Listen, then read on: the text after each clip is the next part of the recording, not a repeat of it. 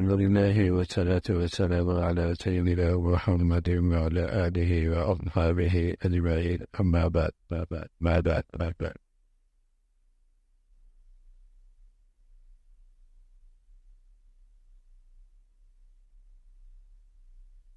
فإن النبي صلى الله عليه وسلم يقول: ما زال جبرائيل يوصيني بالجار حتى ظننت أنه سيورثه. ایک المسلم الصادق، ایک سچا مسلمان اپنے پڑوسیوں کی بھی حقوق ادا کرتا،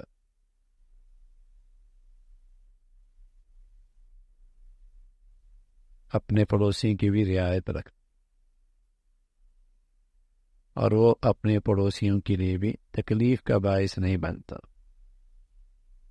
چاہے اس کے پڑوسی رشتہ دار ہو، غیر رشتہ دار ہو، مسلمان ہو، غیر مسلم ہو، لیکن چونکہ پڑوسی ہے، بحیثیت پڑوسی کے اسلام ہمیں ہدایت دیتا ہے کہ تمہارا پڑوسی تم سے راحت پائے اور اسے تمہاری زندگی سے تکلیف نہ ہو۔ عبداللہ بن مبارک رحمۃ اللہ علیہ، اس کے پڑوس میں ایک یہودی گھر بیچنے لگے، قیمت 10 تھی، اس نے 20 مانگی۔ لوگوں نے کہا اتنی قیمت اس گھر کی نہیں ہے مارکیٹ میں، کہا یہ مجھے بھی پتا ہے، 10 تو میرے گھر کی ہے اور 10 میرے پڑوس کی ہے، ایسا پڑوس نہیں ملے گا۔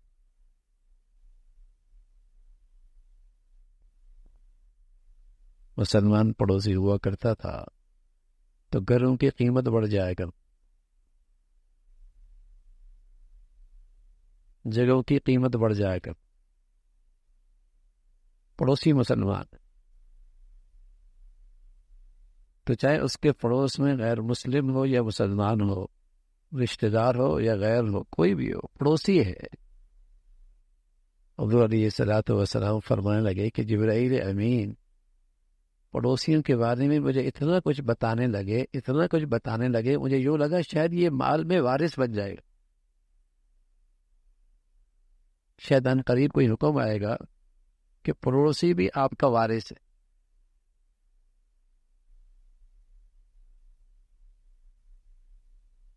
اتنا اہتمام ہماری شریعت میں پڑوسیوں کے متعلق ہے، اس کے لحاظ کے بارے میں ہے۔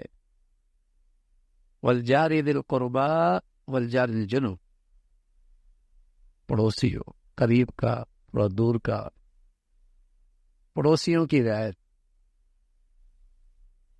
پھر کچھ پڑوسی تو وہ ہوتے ہیں جو لمبے وقت کے لیے ہوتے ہیں گھر ساتھ میں، اور کچھ پڑوسی ہوتے ہیں تھوڑی دیر کے، سفر میں ساتھ ہے، راستے میں اکٹھا ہے۔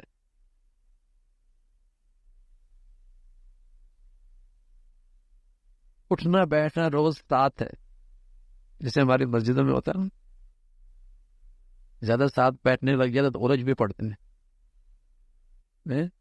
تم پیچھے چلے جاؤ تم آگے ہو جاؤ۔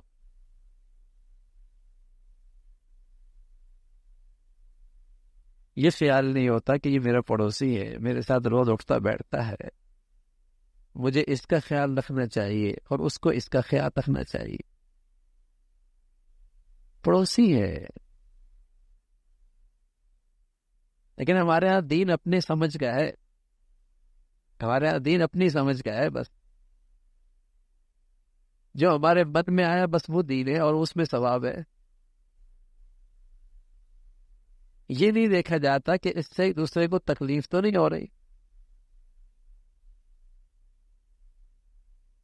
میرے ساتھ والے کو پڑوس کو پریشانی تو نہیں ہو رہی۔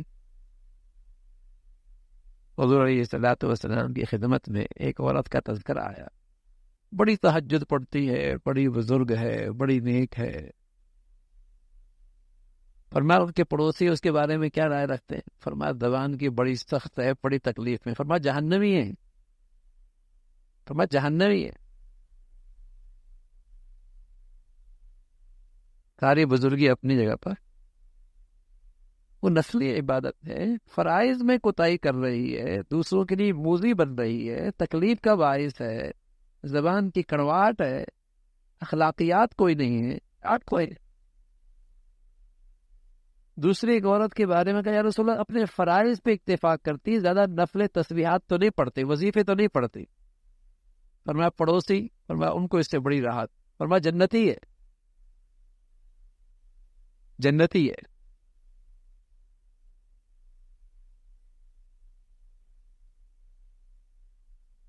تو اچھا پڑوسی ہونا یہ بھی ایک اچھے مسلمان کی شان ہے۔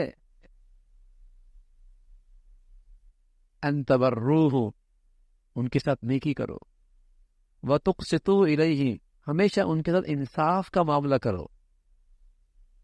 اللہ تعالیٰ انصاف کرنے والوں کو پسند کرتے۔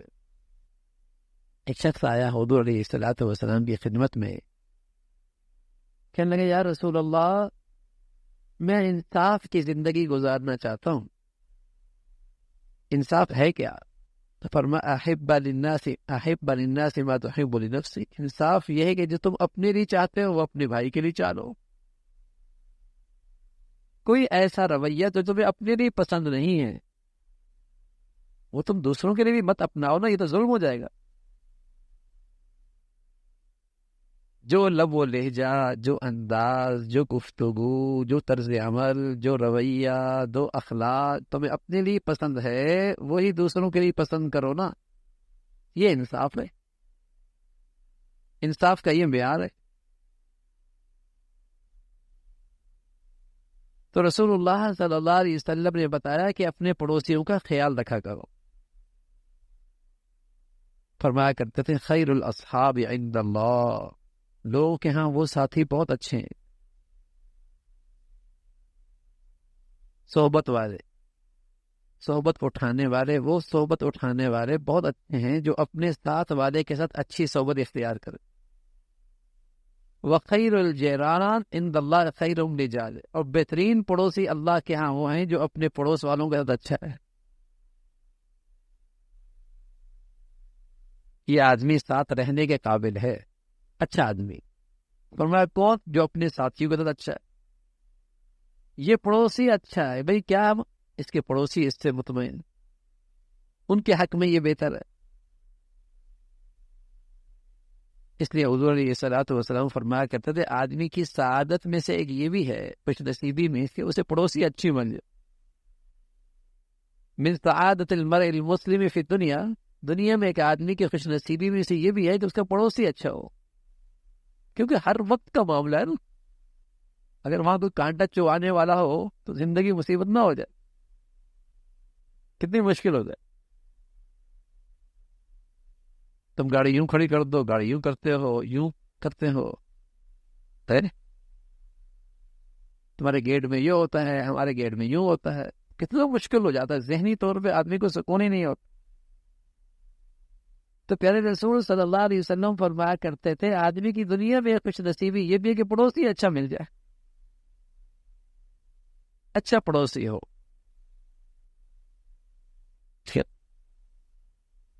پڑوس اچھا ہوتا ہے تو آدمی مطمئن ہے میرے پڑوس میں لوگ اچھے ہیں، بہت ساری چیزوں کے بارے میں اسے ایک اطمینان سا ہوتا ہے۔ بچے گھر میں، ہاں پڑوسی اچھے لوگ ہیں، گھر میں اور کوئی نہیں، گھر والے ہیں صرف، پڑوسی اچھے ہیں۔ اور وہیں اگر پڑوسی اچھے نہ ہو اخلاقیات کے لحاظ سے تو آدمی خوف میں رہتا ہے، گھبراتا ہے، گھر میں کیسے بچوں کو چھوڑ کے جاؤ۔ پڑوسی اچھے نہیں، ان کے یہاں لوگوں کا، اچھے لوگوں کا آنا جانا نہیں ہے، ان کے اچھے لوگوں کا آنا جانا نہیں ہے، پڑوسی اچھے نہیں ہیں۔ تو پیارے رسول صلی اللہ علیہ وسلم فرمایا کرتے تھے اچھا پڑوسی ہونا اس دنیا میں اللہ کی طرف سے ایک نعمت ہے، اچھا پڑوسی بن۔ آپ علیہ الصلوۃ والسلام فرمایا کرتے واللہ، قسم اللہ کی، لا یؤمن، اس آدمی کا ایمان نہیں ہے۔ اور پھر فرمایا واللہ لا یؤمن، قسم اللہ کی، اس آدمی کا ایمان نہیں ہے۔ پھر فرمایا واللہ لا یؤمن، قسم اللہ کی، اس آدمی کا ایمان نہیں ہے۔ قیل من یا رسول اللہ، اللہ کے رسول کون؟ فرمایا الذی لا یأمن جارہ بوائقہ، جس کی تکالیف سے اس کا پڑوسی محفوظ ہے۔ 3 مرتبہ اللہ کے نبی نے قسمیں کھائی ہیں. ایک قسم کھا آپ کو کہہ دینا ہی کافی تھا, پھر ایک قسم ہی کافی تھی, 3 مرتبہ قسمیں کھائی کہ وہ آدمی ایمان والا کہلانے کے لائق نہیں ہے, اس کا ایمان نہیں ہے, یعنی قابل قبول نہیں ہے, صحت مند نہیں ہے, قابل تعریف نہیں ہے. وہ ایمان کیسا ایمان ہے؟ اور 3 مرتبہ اللہ کے حبیب صلی اللہ علیہ وسلم قسم کھا رہے کہ لا یأمن جارہ بوائقہ, کہ اس کی تکالیف اور اس کی شرارتوں سے اور اس کی بد اخلاقیوں سے اس کا پڑوسی محفوظ نہیں. ظاہر ہے ایسا آدمی کے لیے جنت میں جانا بھی آسان نہیں. فرمایا لا یأمن لا يدخل الجنہ, وہ جنت میں نہیں جائے گا, سزا پہلے پائے گا, پہلے سزا جہنم میں پائے گا, جنت میں نہیں جائے گا جس نے اپنے پڑوسیوں کو تکلیف میں رکھا ہوا ہے. حضور علیہ الصلوۃ والسلام کی خدمت میں ایک بات عرض کی گئی کہ یا رسول اللہ, کیسا پڑوسی اچھا ہوتا ہے اور کیسا برا ہوتا ہے؟ فرمایا وہ پڑوسی بیچارہ بہت برا ہے جو تمہاری برائی دیکھے تو خوب کھلائے اور اچھائی کرے دیکھے تو دفن کر دے. برائی دیکھے تو خوب پلائے, اچھائی دیکھے دفن کر دے. وہ ساتھی, وہ صحبت والا, وہ پڑوسی برا ہے. اور فرمایا وہ عورت بڑی بری ہے, اگر موجود ہو تمہیں تکلیف میں رکھیں اور تم غائب ہو تو تمہارے معاملات میں خیانت کرے, تمہاری جان, تمہاری عزت میں, تمہاری اولاد میں, تمہارے مال میں خیانت کرے. وہ پڑوسی برا ہے کہ اگر تمہاری برائی دیکھے تو خوب پھیلائے اور تم اگر اچھائی کرو اور تمہاری کوئی اچھائی ہو تو اسے دفن کر دے. وہ عورت بری ہے, موجود ہو تمہیں تکلیف میں رکھے اور تم نہ ہو اس کے پاس تو تمہارے معاملات میں خیانت کرے.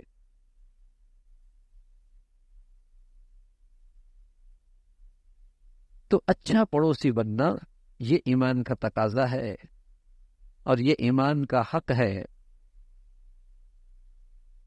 آدمی بد اخلاقی کا معاملہ کسی اور سے کرے, حتیٰ کہ آپ علیہ الصلوۃ والسلام نے فرمایا کہ زنا ہے, کتنی برائی ہے اور کتنا بڑا جرم ہے, لیکن یہی زنا اگر کوئی آدمی اپنے پڑوسی کے ساتھ کرے تو یہ ایسا ہے جیسے 10 آدمیوں سے زنا کیا.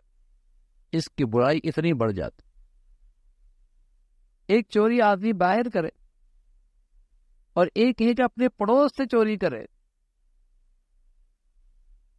تو یہ 10 گنا پڑھ کر بڑا جرم, 10 گنا پڑھ کر. ایک تو ویسا ہی یہ گناہ بہت بڑا ہے کہ چور کا ہاتھ کاٹا جائے گا, زانی کو سنسار کیا جائے گا, بغیر شادی شدہ کو کوڑے مارے جائیں گے, جرم عظیم ہے.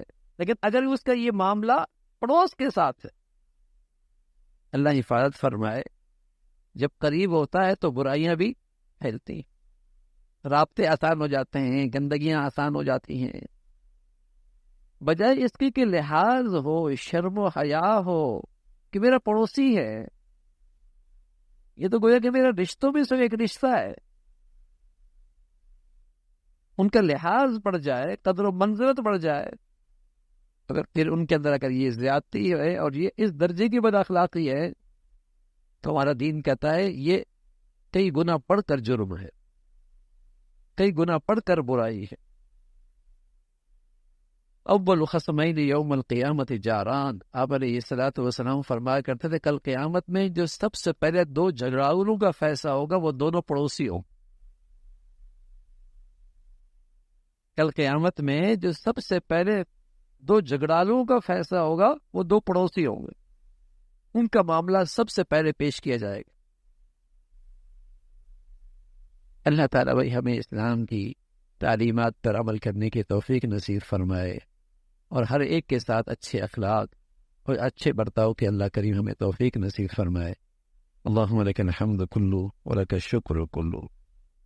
اللهم لك الحمد كله ولك الشكر كله. اللهم أعنا على ذكرك وشكرك وحسن عبادتك. اللهم أعنا على ذكرك وشكرك وحسن عبادتك. نستغفر الله ونتوب إليه. نستغفر الله ونتوب إليه. سبحان ربك رب العزة عما يصفون وسلام على المرسلين والحمد لله.